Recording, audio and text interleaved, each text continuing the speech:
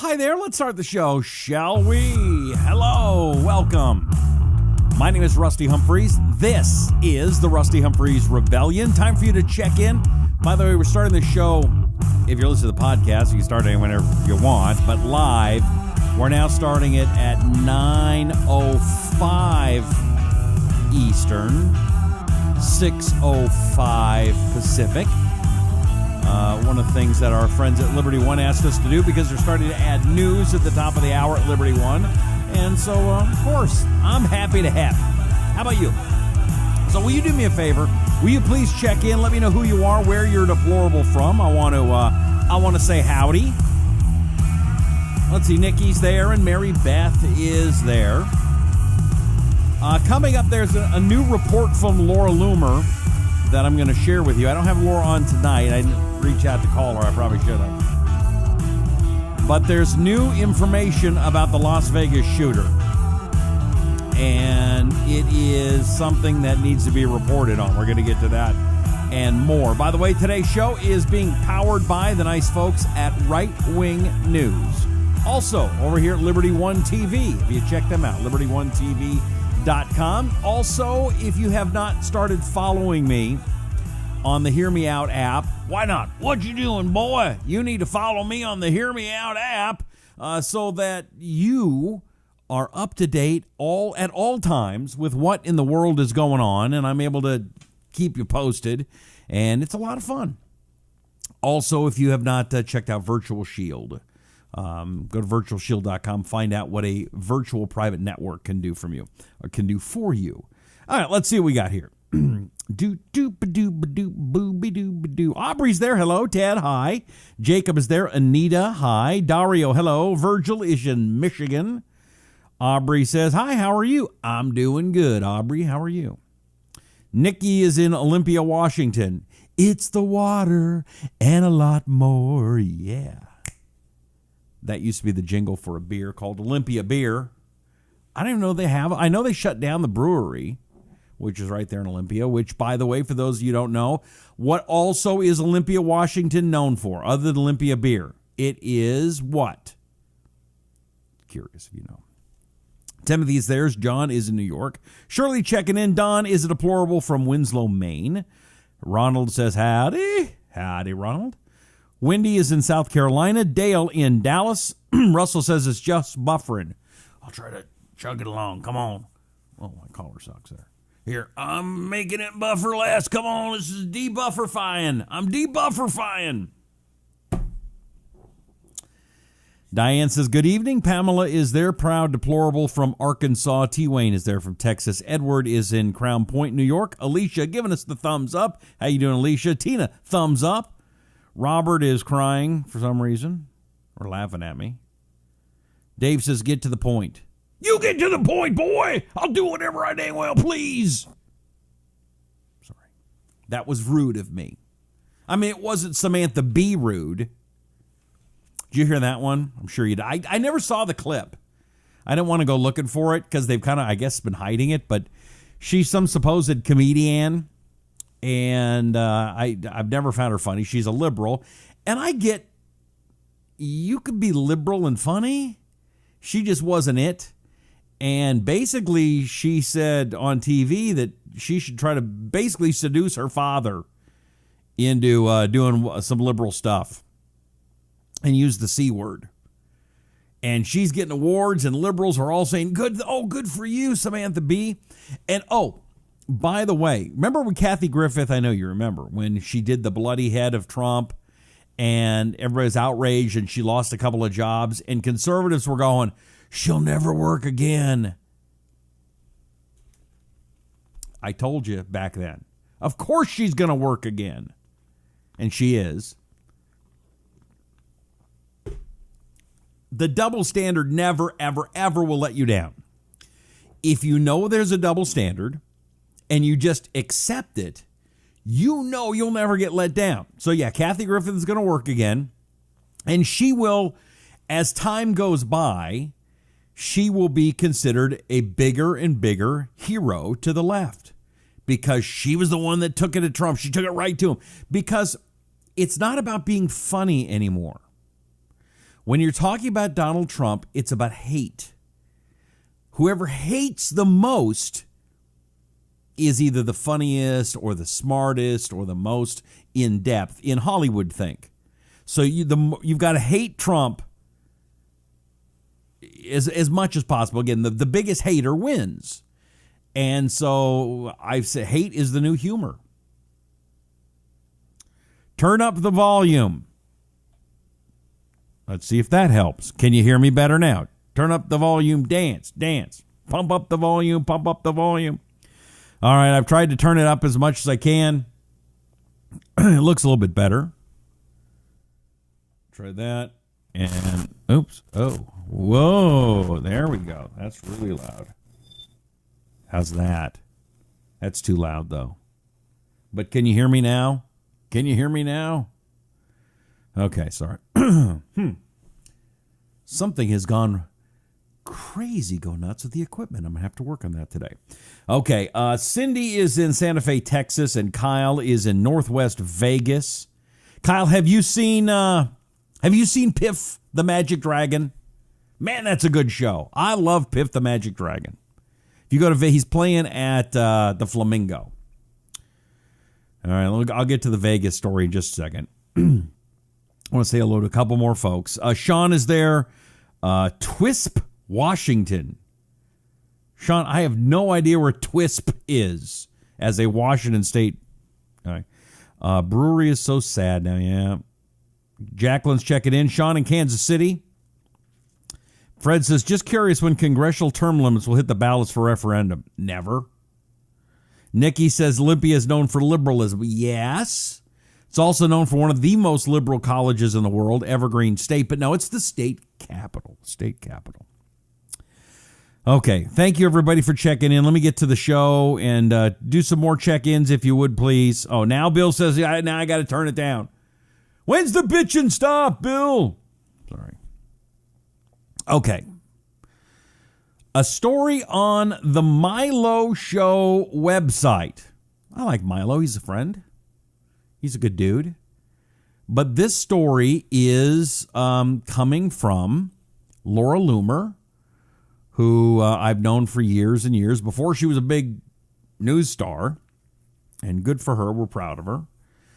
But there is a report that Laura's come out about a very damning for the FBI. A new Vegas document reveals that Stephen Paddock warned of terrorist attacks at the Mandalay Bay. Now, a witness statement included in a batch of newly released police documents reveal that in the days before the October mass shooting in Las Vegas, Stephen Paddock warned of his attack.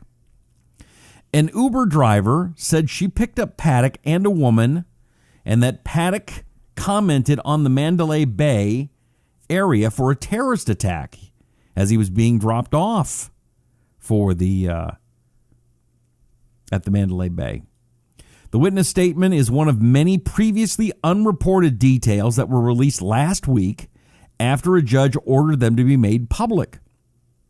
The statement says, I got a request to pick up Paddock at Terminal 1 in the pickup area for Uber. I don't remember what time or day.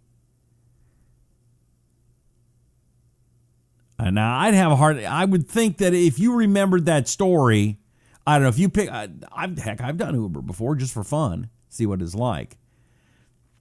I would remember what time. I may not remember what day.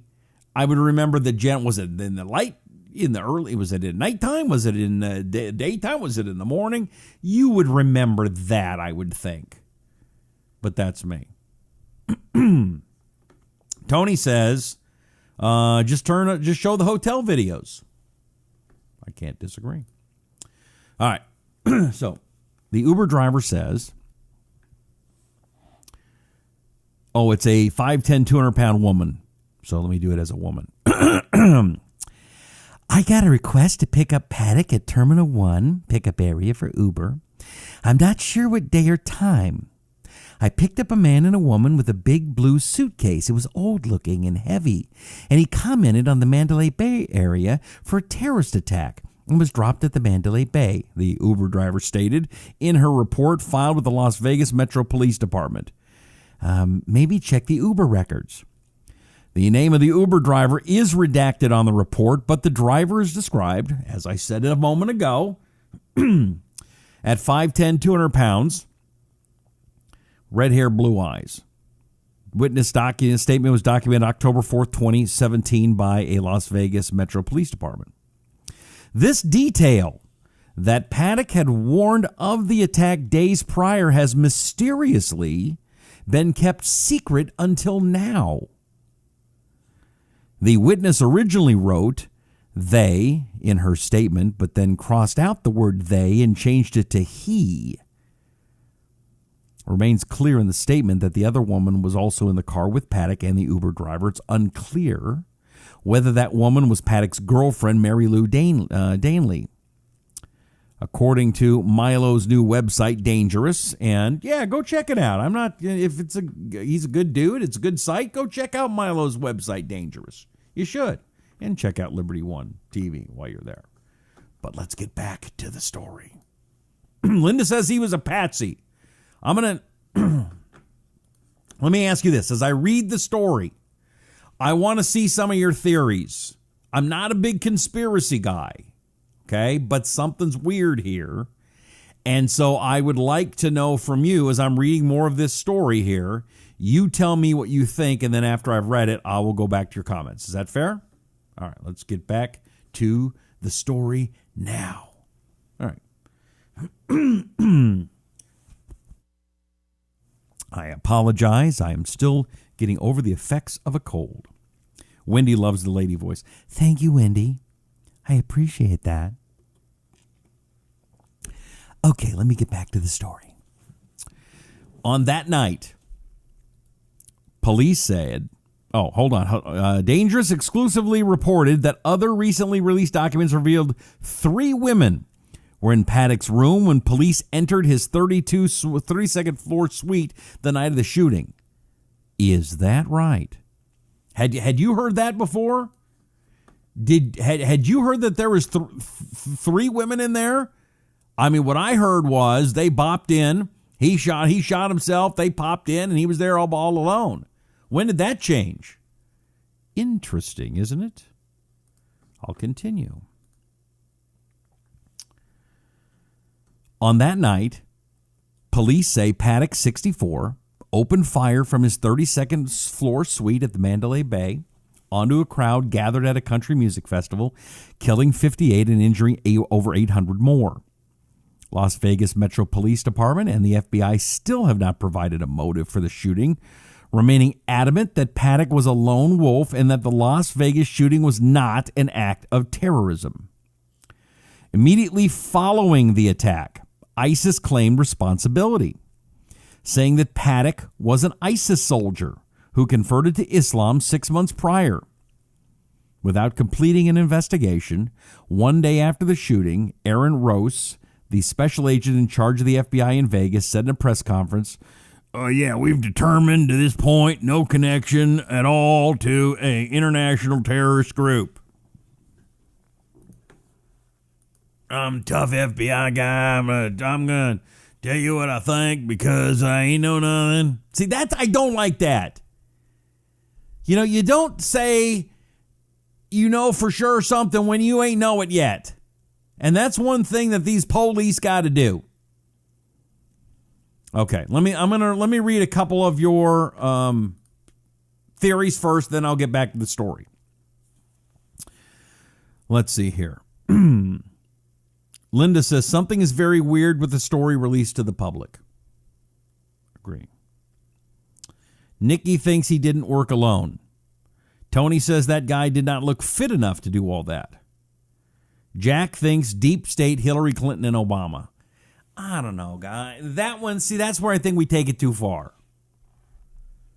You think Obama says, okay, here's what I want to do. I want you to get a guy. Some kind of guy. I don't know. Make him ugly. Make him a white guy. Send him to Vegas. Make him shoot up a country festival. I don't know. Just do that. Just go and shoot up as many people as you can. I think it'll be good for us. I don't buy that one. But that's me. I'm taking your theories here. So go ahead. Anne says, I'm going with the Saudi princess is being assassinated. I don't know that one. Tim says from Washington State, keep it up, Rusty. Tell the truth. I will, brother. Rolly, made it. Orange County, New York here. How you doing? Good to see you. Decoy says we would like to know what his motive was and how he did it alone. Tony says I'm out. Oh no, Tony's out, everybody. Linda says, I want to know how he got all those weapons in that room without being seen. There are security cameras in all the hallways and stairwells. Okay. Deborah in Alabama. Diane thinks it's a cover-up. Mike says he took 10 trips and many suitcases over the days. Okay, I've stayed in the Mandalay Bay 20 times in my life, maybe more. I used to go there all the time. I lived in Reno, and they had a radio studio at the Mandalay Bay, and I get to stay there for free as long as I did my radio show from there, and then say, hey, I'm broadcasting from the Mandalay Bay.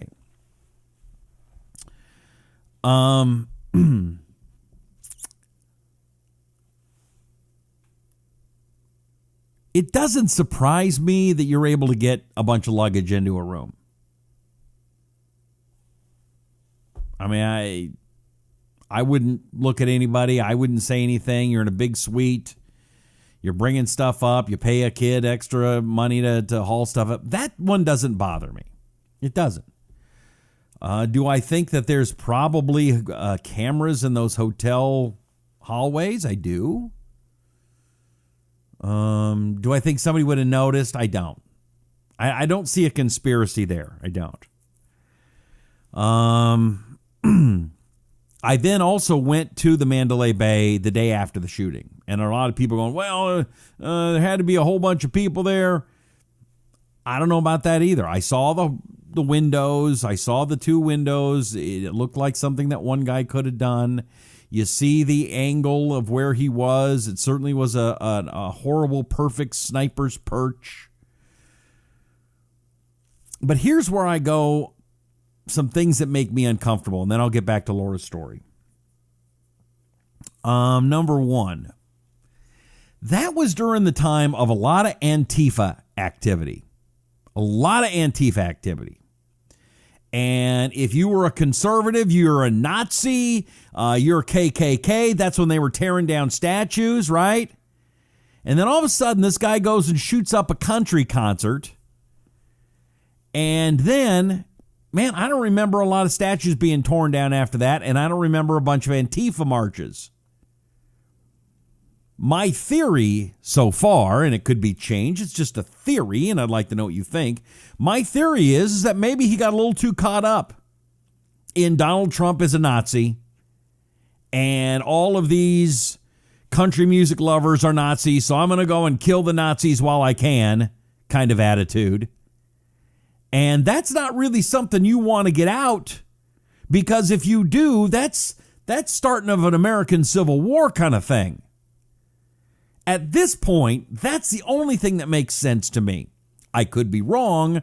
I'm just saying that's the only thing that makes any sense to me. That maybe people on the left went, okay, maybe we took it too far. Maybe we got to back this Antifa stuff off because people are going crazy, go nuts. And we can't let this information get out, especially if he had help, because we don't want to see Civil War II. What do you think? Let's see. Mike says it was only 23 guns. Something about the thought, a left-wing wacko biased media cover-up, says Mark. Maureen's there. Grant says it's a distraction. Timothy says the Saudis had a huge meeting in Vegas at the time. Dale thinks it was ISIS involvement. Alicia says, how are there no cameras?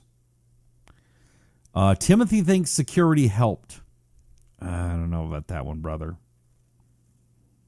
Cover up, says Charlotte. Patricia says, I agree, didn't work alone. Who owned the weapons, legally or illegally? Cameras watch the elevators. We don't know how a warp mine works there. We'll never know. We'll never know. If he had a big suitcase, he could bring a lot of stuff, but those guns in this breakdown, you break them, put a suitcase, these clothes, nobody would know the difference, saying it's luggage. Yep. Steve wants to know if there was drugs involved. Timothy says it was not Antifa. Ann thinks it was a CIA cover-up. Suzanne says no mention of glass falling. I saw falling glass there. In that area, there's just not a lot of places where people walk. It's right directly below those windows is the driveway to go up to the entrance of the hotel, but there's a big kind of grass area there and plants, and so there's really just not a place where people would hang. Okay. Patty wants to know where the girlfriend is now. Okay, I'll get some more of your comments in a second. Let's go back to the story from Laura Loomer, shall we? Okay.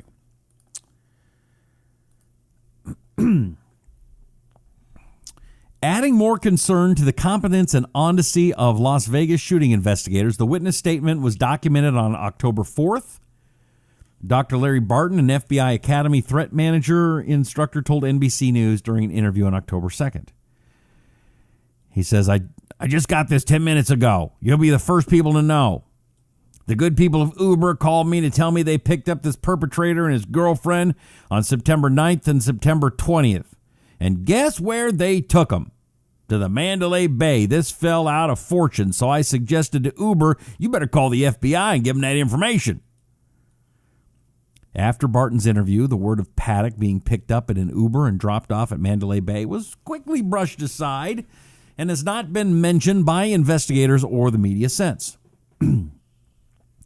Clark County Sheriff Joe Lombardo and Special Agent Rouse never mentioned the possible terror admission to the public during press conferences in the days and weeks following the massacre, but they told the public one day after the shooting and 2 days before the witness statement was obtained that the Las Vegas shooting was not an act of terrorism.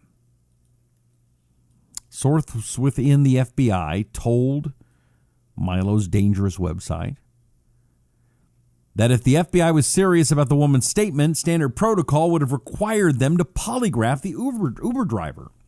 The source added,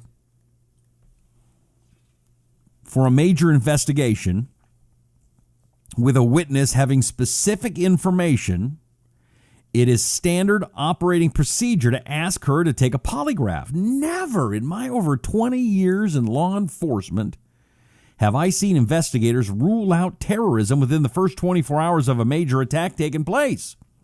If true, this witness is very damning to the FBI. Now, I don't know who this source is. I've sure seen it lately. Every single time it seems like it's a terrorist act, they go, well, this ain't no terrorist act. No, couldn't possibly be Islamic terrorism. No, it's impossible. And then it almost always seems to be. But that's just me. FBI declined to comment. This week, Sheriff Lombardo issued a comment ban within the Las Vegas Metro Police Department to ensure that no Las Vegas Metro Police Department employees speak to anybody, particularly the media, about the contents of the newly released police documents. He's running for re-election as sheriff in Clark County. The primary is on June 12th. Okay. I don't know. What do you think? Timothy says Laura Loomer just broke that huge story in Las Vegas. Well, 3 women in the room with Paddock. I'd like to hear more about that. Let's see if I can pull up another story here. This is from a couple of days ago. Again, written by Laura Loomer, who's been on just fire on this story. She's really covering it well. Vegas shooting, police files show 3 women were in Stephen Paddock's room. Girlfriend had ISIS friends. Now, we do know that the Philippines has a very large Muslim population. And this woman was from the Philippines, although lived in Reno. I believe she worked at the, what's the name of the hotel now? Oh, the Atlantis, the last I heard. Or was it the Peppermill? Anyway, so she lived in Reno, but was from the Philippines, which we know is a very high population of Muslims. And was she more a part of this than they want to let on? Very possibly, but let's take a look at this story here, shall we? Recent documents regarding the October 1st, 2017 Las Vegas shooting are beginning to shed light on more discrepancies and abnormalities surrounding the official timeline and narrative that of the tragedy as originally stated by Sheriff Joe Lombardo and Special Agent Aaron Roos. The documents also indicate 3 women were found in the alleged shooter's room. The most recent batch of documents released include witness reports, dispatch logs, and officer reports that recounts the events that took place that night and further reveal Paddock was potentially not alone in his room as first stated by Sheriff Lombardo. I say. All right, let's take a look at what you're thinking here. Let's see.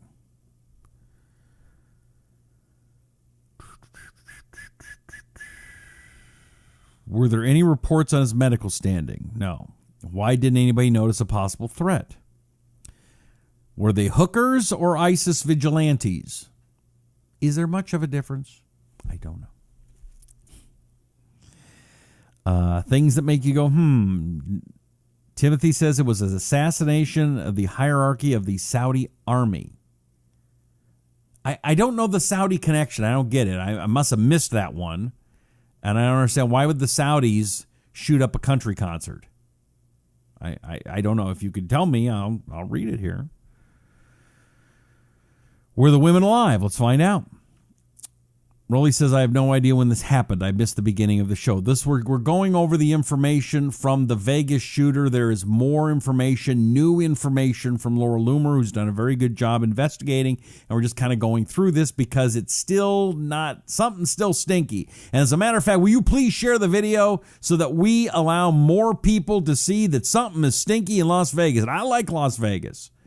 But this attack, this massacre, this slaughter, this mass murder needs to be uncovered and investigated and not hidden. This is far too important to just let slide or hide. Okay? Timothy says the Saudis are missing key people because they were assassinated in Vegas. Patricia says it smells like a cover-up. No one trusts me on this. I can't reveal for sure. Take it or leave it. It will come out within 12 days. Q will drop real information in 3 days.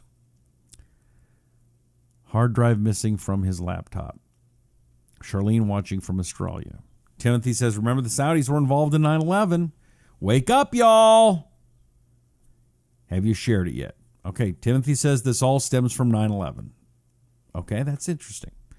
Let's get into more here.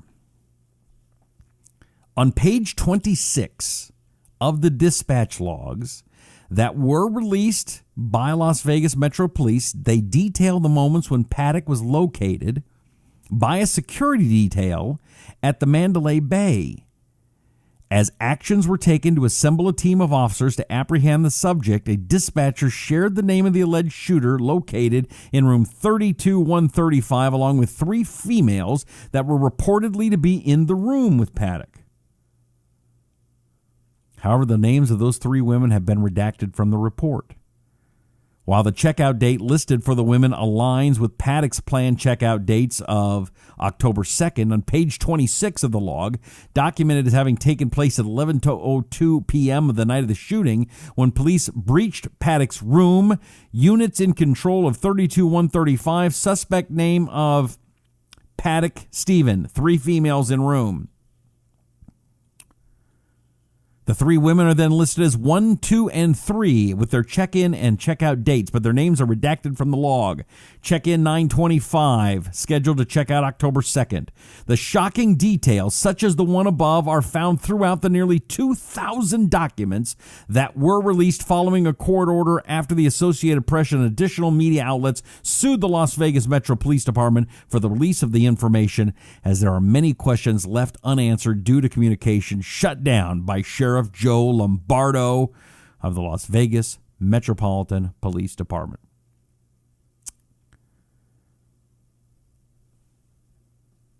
Sheriff is of the Las Vegas Police Department? The sheriff would be of Clark County, wouldn't it? I don't think the sheriff is of a metro area. Okay. I'll do a couple more of the couple more paragraphs, then we'll move on. But do you find this fascinating, or am I boring you here tonight? I'm curious. Comment here. I don't want to bore you. Timothy says, we made ISIS. Timothy says, they work for the U.S. government. Alicia says, why are their names being withheld? Raleigh says, we didn't, Obama did. We armed them too. Now, see, that's the conspiracy stuff I don't like. I don't like that. Yeah, we armed ISIS. Why would we arm ISIS? I don't know.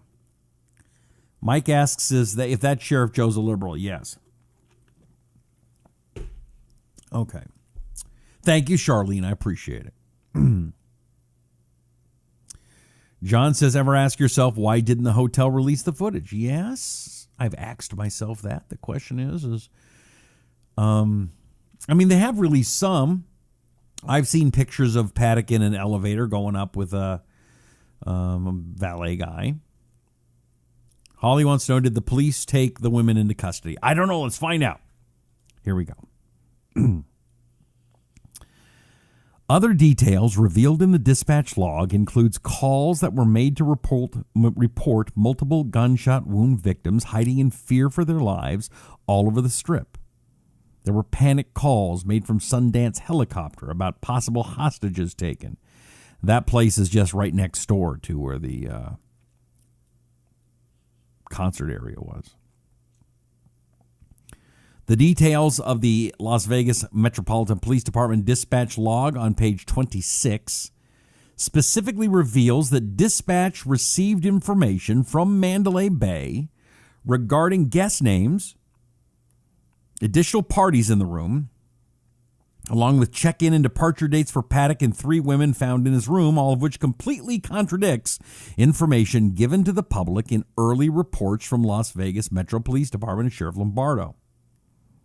In press conferences held shortly after October 1st, Lombardo specifically stated that Paddock entered into his suite at Mandalay Bay on September 28th and that he stayed in the room by himself, which we know is not true. He was challenged on the initial timeline in a live press conference based on evidence to support an earlier check-in date of September 25th, and only after being confronted on live TV did he provide correct details. Newly released logs provide documented proof that Lombardo was aware of the check-in date of Paddock and his guests. They have maintained for almost 8 months that Stephen Paddock was a lone gunman. Their reports state that he did occupy 2 rooms in his stay, 32-135 suite and an adjoining room, 32-134, which was registered under his girlfriend's name, Mary Lou Danley. Information within the official reports also stated that Danley was out of the country on a trip to the Philippines at the time of the shooting, despite her fingerprints being present on ammunition and her own personal admission of helping Paddock load ammo into his guns. However, police documentation of the 3 females who were found in Paddock's room and whose identities have been redacted from the logs lead to questions of additional persons of interest involved, including Mary Lou Danley. There are several witness accounts that state Danley was in town with Paddock and that had foreknowledge of Paddock's talks about being a potential shooting at an open-air concert. I'm almost done here, and then I'll take some more of your comments. One of the recently released witness statements include a witness who recounts seeing Danley and Paddock at the noodle shop the Friday before the shooting. I've been to that noodle shop. A hairdresser shared a wild story of Paddock rambling about an open-air concert and easy access for shooting. The hairdresser claims she shared her concerns with Ms. Danley and reported them both to the police. In an additional bombshell revelation, dispatch logs show documentation of ISIS activity on the Facebook page of one of Danley's friends. Okay, that's a lot of stuff to absorb in a short amount of time. Let me hear what you think. I want to read what some of your comments are. I'll give you a moment to type some stuff in. If you're listening to the podcast, we'll get to you in a second too. By the way, I want to remind you, if you have not downloaded the Hear Me Out app, man, you're missing out. There is so much shadow censoring going on. You don't know when or where you're going to get real, honest, conservative updates. And I'm telling you, if you follow me on the Hear Me Out app, I will continue to tell you what I know. Sometimes it's funny, sometimes it's sad, sometimes it's stupid, sometimes it's important. But it won't be boring. It won't cost you anything. But it is important that you follow me on the Hear Me Out app. Download it on your phone. It doesn't work on the computer. It just works on your phone. Android and Apple. Hear Me Out app. Download it. It's free. Find me, Rusty Humphries. No space between the Humphries, the Rusty and the Humphries, because when I set it up, I did it wrong. Okay? Please follow me in the Hear Me Out app. It's very, very important. Okay.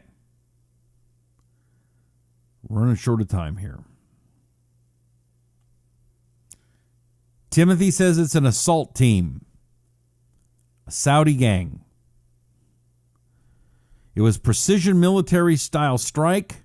Stephen Paddock did not have the capability to pull this off. Do some critical thinking. The critical thinking, though, Timothy asks, why would they shoot at 5,000 people? Just for fun? Just trying to get a couple of Saudi guys? I had a couple of friends that were there, and they were very close to being hit, and it's really messed them up. Are you just saying that they just happened to be the wrong place at the wrong time, and the Saudis are trying to kill a couple of guys, and they didn't care who else they killed? Is that what you're trying to say? And I'm just asking. I don't know. Shooting up to a target is easy. Shooting a target down from you moving is not easy. Rowley says it's way too much to figure out. Mike wants to know, why won't the hotel release the footage? Forrest thinks it's government paid for and carried out to further disarm American citizens. This was done during the Trump administration, though. I don't see Trump trying to disarm the people, do you? Holly says, can we get the sheriff or FBI to respond to the new info? The sheriff has said he's not talking, and a lot of it has to do with he's up for re-election right now. Rowley thinks the hotel may have helped. Johnny thinks Nancy or Michelle Obama. Mike's got Hear Me Out on the iPad. Thank you, Mike. I appreciate it. Chuck said, friends on the ground say multiple shooters were on the ground. These are combat veterans with police blew off, and the police blew off their statements. Chuck, the two people that I knew who were there, were nurses, a male nurse and a female nurse. They thought it came from the hotel, and they saw the flashes from the gun from the hotel. That's what they said. Okay. Forrest says, if you watch the video of the shooting, you will hear more than the report of one gun firing.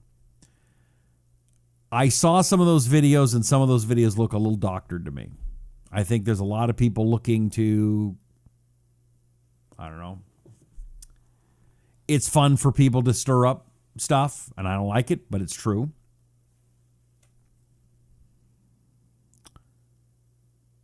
Is there anything about helicopters in the reports? No, there's not. Okay.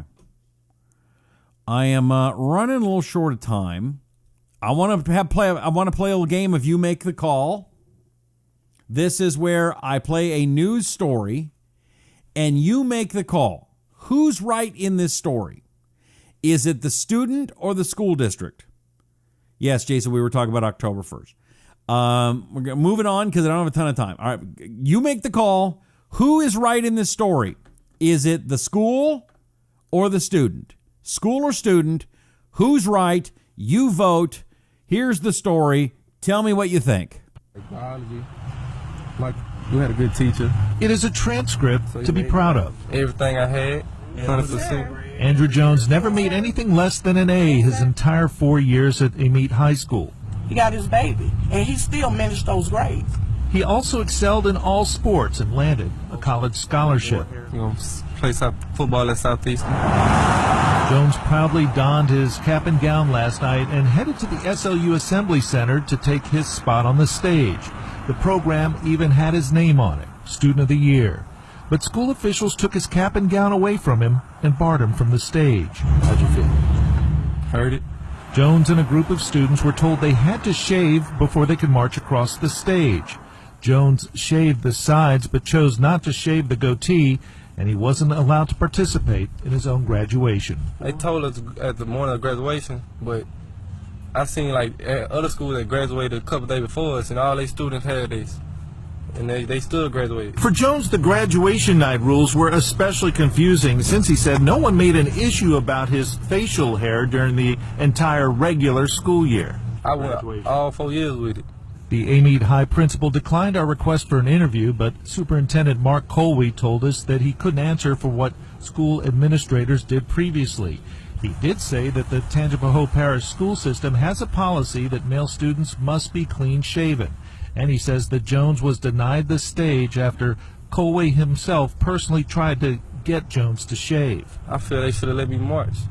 When I did my hair on my face, it had nothing to do with school. I wasn't distracted nobody. I wasn't distracted. Others who did shave were allowed to participate. They need to check themselves. Poor administration. The local NAACP is looking into the matter. His robe, I'm told, and his cap were taken so that he could not march, and that is just wrong. Andrew Jones will never have another high school graduation, Something I can't get back. but he stands by his decision. From HearMeOut, Rob Masson, Fox 8 News. Okay. Now, first of all, the NAACP had no business being there. Okay. This is not a racial issue. All right. It was a student that chose not to shave. That's where they took it one step too far, in my opinion. Well, the local NAACP, come on. Not everything has to be racial. Here's my question, though. Schools also take things too far. And today, they got to have a rule for everything, right?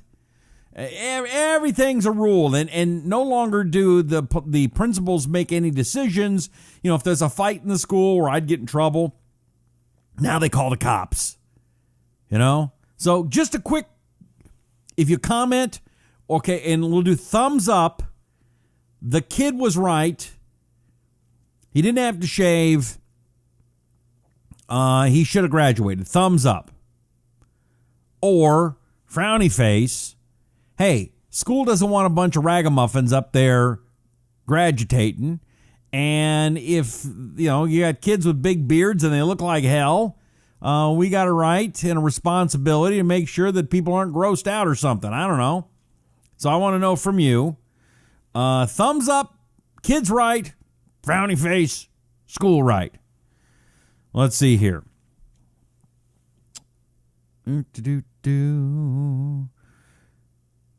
Where were the rules given before graduation? School is wrong, says Anne-Marie. Marie says, where were the rules? Kimberly says the school is wrong. Rolly says he's a young adult ready to go to college. He worked hard.